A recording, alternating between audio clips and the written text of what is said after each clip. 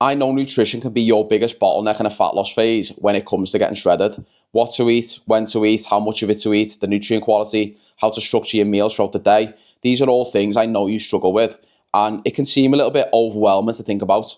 So what I'm going to do today is I'm just going to take you through my full day of eating so you get a realistic insight into what it can actually look like for you then as well. I'm on 1950 calories, so for me, the food is quite low. That's quite a low day for me on a training day at the moment, but I'm 6 days out from a photo shoot, so it will be a good realistic insight. The type of food that I have been having has been similar throughout, but the portion size have just gradually went down over time. But it's what's led me to getting in this type of shape now, below 10% body fat.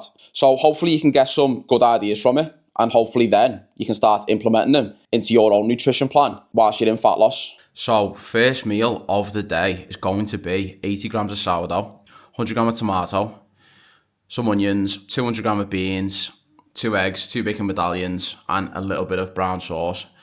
This is my pre-workout meal. I'm going to train pull a little bit later on, but this has literally been my go-to breakfast the entire time. And there's also a bit of cottage cheese as well underneath all that on the sourdough. So there's around 60 grams of carbs in this, so it's perfect for a pre-workout meal. Got loads of micronutrients in there from the tomatoes, the onions, the beans, loads of fibre in there as well from whole grain sourdough, beans, and obviously I'm getting around 50 grams of protein out of this as well from the eggs, bacon medallions, and the cottage cheese underneath as well. And then obviously there's a little bit of protein in beans as well. So overall, it's a really good choice. Just going to do some meal preps now whilst I'm waiting for that to digest. First, I'd get ahead. We've got some sweet potato, rice, and then 800 grams of chicken going in. Now the portion sizes at this point are just tiny. So you just got to get the most amount of volume out of the least amount of calories, basically. My approach to nutrition is quite simple, really, to be honest. I like to eat similar things every single day. I don't really like changing things up too much unless it's my tea.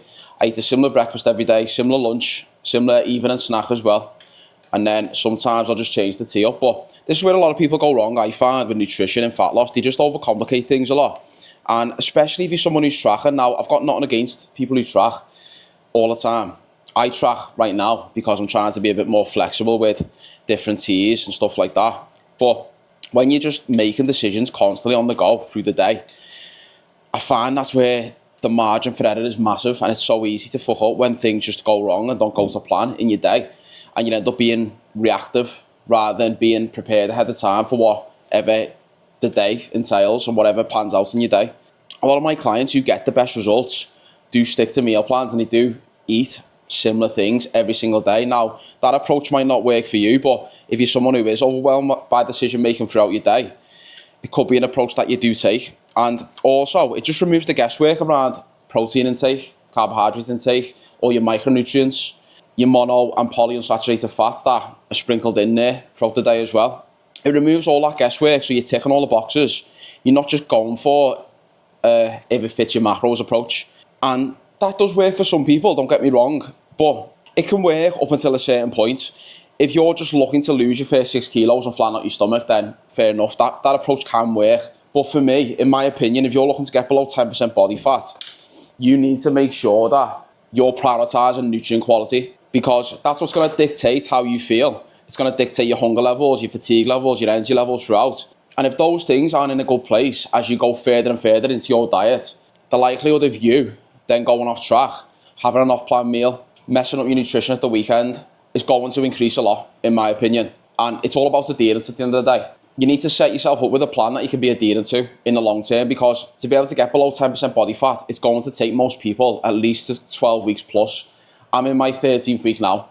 If I all of a sudden decided to save half my calories for half a pizza at the end of the day, is that going to be productive for me in terms of how I feel through the day? No, it's not. I'm going to feel like shit after it. I'm probably going to be starving after it. So it just doesn't make sense to fit that type of thing into my macros for the day. I would much rather plan good quality nutrient-dense meals, lean protein sources, lean carbohydrate sources, poly and mono fats in there as well at certain times, and loads of micronutrients in there as much as I can within the calories. That's going to make me feel better. That's going to keep me satiated. It's going to give me a good amount of fibre. It's going to keep my digestion in a good place. And therefore, my energy levels are still going to be in a decent place, as good as can be at this stage. and I'm going to keep fatigue levels to a minimum. And for me, that's just a much better way to go about it, to be able to adhere to your nutrition plan longer term. The better you feel, the more likelihood you're going to be consistent. The more likelihood you're going to be consistent, the more fat you're going to pull off in the long term. And the more fat you're able to pull off, the closer and closer you're going to get to that shredded look where you're below 10%. And listen, this isn't to say you have to be boring, but this is just what works for me. And this is what works for so many clients that I work with. Yes, I still do eat out, but when I do eat out, I'm making sure I'm prioritising nutrient quality. So for example, there's been multiple times at the weekend where I've been out for the day and I've went to Wagamama's and I've got like a chicken ramen broth with loads of veg in it, because I know that's got a lean protein source, lean carbohydrate source, loads of micronutrients, and it's no more than like 600 calories. So it fits nicely into the plan. So if you are eating out, yes, you don't have to be boring, but you need to make choices that do align with your plan and do align with your goal of getting shredded and being able to sustain long-term fat loss to be able to get yourself below 10% body fat. Just bought some brand new Tupperwares as well, Pyrex. Ones from Home and Bargain. These are quite useful, these. I've had these before, but I lost a couple of them, so I thought I'm just going to stock up on them now. These are better because they're glass. Glass Tupperwares are a lot better than plastic. Avoid those microplastics when you're heating up your food all the time. They are hormone disruptors, so eat out of glass Tupperwares always would be my advice. But you can get these one bag and they're like £4 each, and they're just better as well. They're nice and big. They'll do me great for my next building phase as well, when food is much higher. So one thing I will use as well within my plan is a scoop of intra-workout as well. Now, this is something I've never usually done before in fat loss. I've always never really trained on any sort of intra-workout carbs, but this time around I've kept it in. And it's 100 calories per scoop, but it doesn't really matter. I've kept this in as a standardised variable throughout. So I know I'm having this 4 times a week. I'm not tracking it. It's just staying as a standardised variable. So the drop-offs that I need to make can be elsewhere in my meals. But the reason I've kept this in, and it's been such a game changer this time around, is because it's just given me that little bit more in the gym when I'm feeling a bit tired, feeling a bit fatigued. It's a great option to keep in your plan during fat loss. In my opinion, it's the most productive use of calories you could possibly have with carbs, especially as you're getting later on to your sessions. If you're training really hard to failure and you're feeling fatigued from the first 3 and 4 compound lifts or the first 3 or 4 exercises, whatever they may be, it will help you perform better towards the later half of your session, is what I find. It's got cyclodextrin in, which is a rapidly digesting carb. It's got electrolytes in as well to help keep your muscle contractions on point. It's just a no-brainer for me now during fat loss in future. I'm always going to keep this in. I think it's one of the most underrated supplements you can have. Food is prepped. So this is today's lunch, today's tea, tomorrow's lunch, tomorrow's tea. So because I'm on the same plan today and tomorrow, it just makes sense to double cook it, basically, of each meal. Just makes things easier for me. All the micronutrients and veg I'm going to add later on, and I'll show you what they are. But I'm training pull today and push tomorrow. And obviously normally I'm on the torso and limb split, but for this week now it's peak week. So my coach doesn't want me to train legs. He only wants me to train push and pull, and he's designed me some specific sessions just to go in and get a pump on, leave 1 or 2 reps in reserve, drop fatigue. And that's the whole idea behind obviously not training legs as well the week of the photo shoot. Now it's all about dropping fatigue and just peaking the look for Friday. So that's why I thought it makes sense just to cook the same meals today, because I'm going to be having a similar sort of plan tomorrow anyway. And when it comes to Tuesday, that's going to be a high carb day again, where I'll refeed massively on carbs just to peak me look. So the plan is going to look different Tuesday. So that's why I've only meal prepped till tomorrow, basically. So post-workout meal, we've got 200 grams of chicken, 50 gram of rice, 50 gram of beetroot, and watercress, rocket, and spinach. I don't track that because there's barely any calories in it anyway. So there's no point, but if you want to be lazy like me with all your macros, then get on these fermented beetroot and literally just add that in after you've heated up this meal.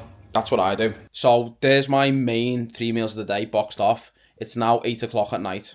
So we're all human. This is where the mental battle starts to happen now. When you're sat here watching telly, you're thinking about food.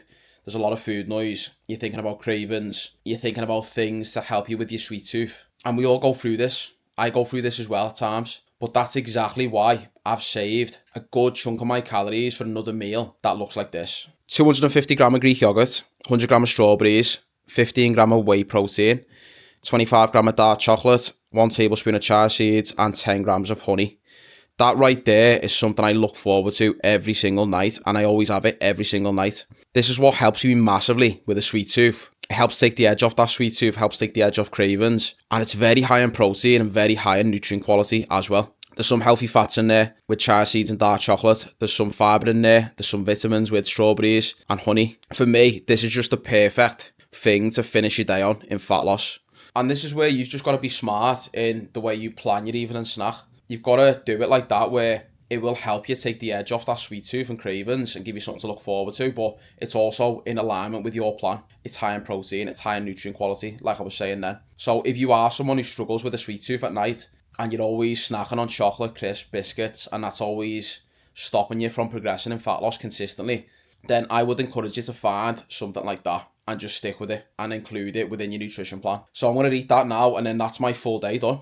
That's a full day of eating done. So hopefully you find that useful, and hopefully you take away some ideas from it. You can see across all of my different meals that the main takeaways there are every single meal is high in protein, lean protein sources, lean carbohydrate sources, the portion sizes, loads of nutrient quality, loads of micronutrients, some healthy fats in there as well in certain meals. So it ticks all the boxes, and most importantly, it works for me. How I structure things for me is very, very simple. It works well into my lifestyle. It's foods that I enjoy. It's foods that I can have most days and stay consistent with in the long term. So guess what? I'm going to get the results from it because I've set my plan up in a way that I can adhere to long term. And that is the most important thing, is finding a plan that you can adhere to long term. If you found this useful and you want a more in-depth blueprint of how to get shredded below 10% body fat, click the link in my description below and download and watch the free video on how to get shredded. Other than that, make sure you subscribe for more videos like this.